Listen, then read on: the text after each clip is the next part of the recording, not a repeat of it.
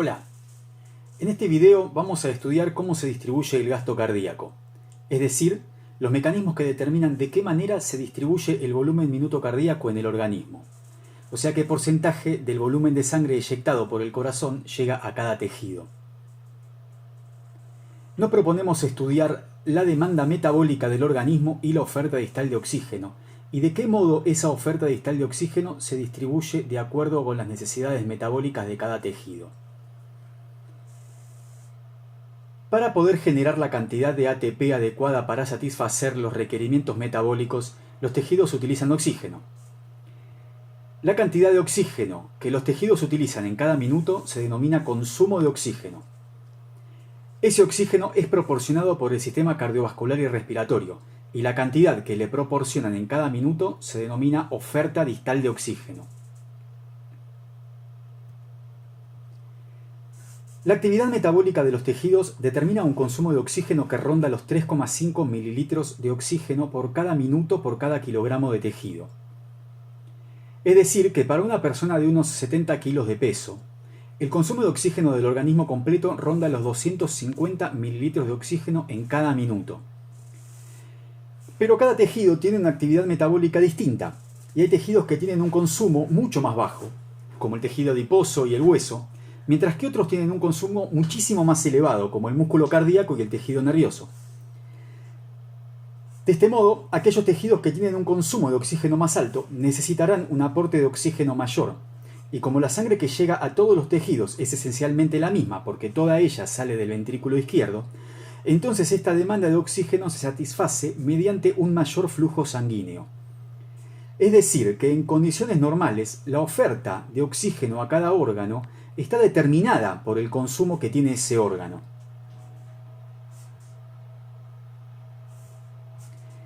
Si tomamos todo el organismo en su conjunto, la oferta distal de oxígeno o delivery de oxígeno, que reitero es la cantidad de oxígeno que llega a los tejidos en cada minuto, está dado por dos factores. Como el oxígeno es transportado a los tejidos a través de la sangre, la oferta distal de oxígeno depende de cuánta sangre es eyectada por el ventrículo izquierdo en cada minuto, lo que conocemos como volumen minuto o gasto cardíaco. Además, depende de cuánto oxígeno contenga esa sangre que sale del ventrículo, y eso se denomina contenido arterial de oxígeno. O sea que la oferta distal depende de cuánta sangre se mueve y de cuánto oxígeno transporta esa sangre. Como el objetivo de este video es estudiar cómo se distribuye el gasto cardíaco, vamos a concentrar la atención en los factores que lo determinan. El gasto cardíaco está dado por la frecuencia cardíaca y la descarga sistólica, es decir, el volumen expulsado por el ventrículo en cada latido, o volumen sistólico, multiplicado por la cantidad de latidos que hay en cada minuto, que es la frecuencia cardíaca. La frecuencia cardíaca está fundamentalmente regulada por el sistema nervioso autónomo. Un aumento de la actividad simpática o una disminución de la actividad parasimpática provocan un aumento de la frecuencia cardíaca, mientras que si baja la actividad simpática o si aumenta la actividad parasimpática, disminuye la frecuencia cardíaca. La descarga sistólica está dada por la precarga, la poscarga y la contractilidad. Para un ventrículo dado, un aumento de la precarga aumenta el volumen sistólico. Un aumento de la poscarga reduce el volumen sistólico. Y un aumento de la contractilidad aumenta el volumen sistólico. Ese gasto cardíaco inyectado por el ventrículo izquierdo en la circulación sistémica, cuya resistencia periférica es esta, determina una presión arterial que está dada por la ley de Poiseuille.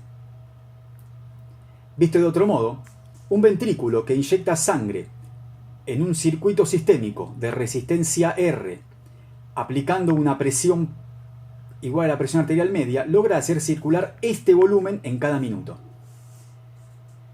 Esto sucede así si considero el circuito completo, pero lo cierto es que la cantidad de sangre que llega a cada tejido en condiciones normales se adecua a las demandas metabólicas de ese tejido, y esto requiere mecanismos de regulación que permitan que cada tejido reciba la cantidad de sangre que le permita satisfacer su consumo de oxígeno. Aplicando entonces la ley de Poiseuille a cada circulación regional, el flujo sanguíneo que atraviesa un determinado órgano está dado por la presión de perfusión a ese órgano y la resistencia vascular de esa porción del circuito. Para la mayor parte de los tejidos, la presión de perfusión es la presión arterial media, pero hay algunos tejidos en los cuales los vasos sanguíneos están sometidos a fuerzas externas que tienden a comprimirlos, como la presión intracraneana en los vasos cerebrales y las fuerzas contráctiles en el caso de los músculos esqueléticos y en el músculo cardíaco. En esos tejidos en los cuales aparecen fuerzas exteriores aplicadas, la presión de perfusión es la diferencia que existe entre la presión dentro del vaso, que es la presión arterial, y la presión que tiende a comprimir el vaso.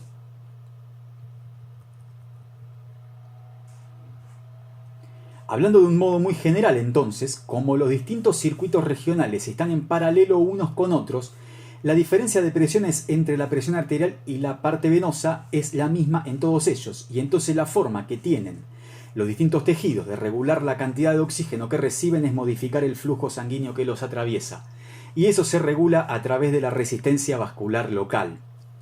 Por ejemplo, para la misma presión de perfusión, se consigue un aumento en el flujo sanguíneo a través del tejido mediante la reducción de la resistencia vascular.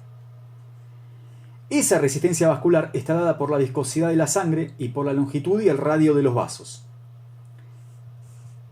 La viscosidad de la sangre depende fundamentalmente de su composición, y aunque puede cambiar lentamente, es importante tomar en cuenta que esta viscosidad y por lo tanto la resistencia es mayor cuando aumenta el hematocrito o cuando aumenta, por ejemplo, el contenido de los lípidos. La variable que puede cambiar rápidamente y que es la que se regula es el radio de los vasos, mediante vasodilatación o vasoconstricción. El radio de los vasos depende de una gran cantidad de factores, y estos son solamente algunos ejemplos. La liberación de noradrenalina por el sistema nervioso simpático provoca vasoconstricción por acción sobre receptores alfa 1. Algunas hormonas tienen actividad vasomotora, como la vasopresina y la angiotensina 2. Algunos factores producidos por el endotelio vascular, como el óxido nítrico, provoca vasodilatación. Factores metabólicos dados por la acumulación de metabolitos que en general son vasodilatadores, como el dióxido de carbono, especies reactivas de oxígeno o nucleótidos de adenina. La regulación miogénica, que está presente en los árboles vasculares de los órganos nobles, como el corazón, el cerebro y el riñón, que permite mantener constante el flujo sanguíneo aunque se produzcan cambios en la presión arterial. De modo que un incremento de la presión arterial es acompañado de una vasoconstricción y una disminución de la presión arterial se acompaña de una vasodilatación. De este modo, por ejemplo, en un área del cerebro que tiene una actividad metabólica mayor que otra, se acumulan metabolitos vasodilatadores que permiten que el flujo sanguíneo hacia ese lugar sea mayor. Y eso se utiliza, por ejemplo, para detectar cuáles son las áreas de la corteza cerebral que están involucradas en distintas funciones cognitivas. Lo mismo sucede con el flujo sanguíneo durante alguna actividad física. Los músculos activos consumen más oxígeno y por lo tanto generan metabolitos vasodilatadores que permiten que el flujo de sangre aumente solamente en los músculos que necesitan más oxígeno.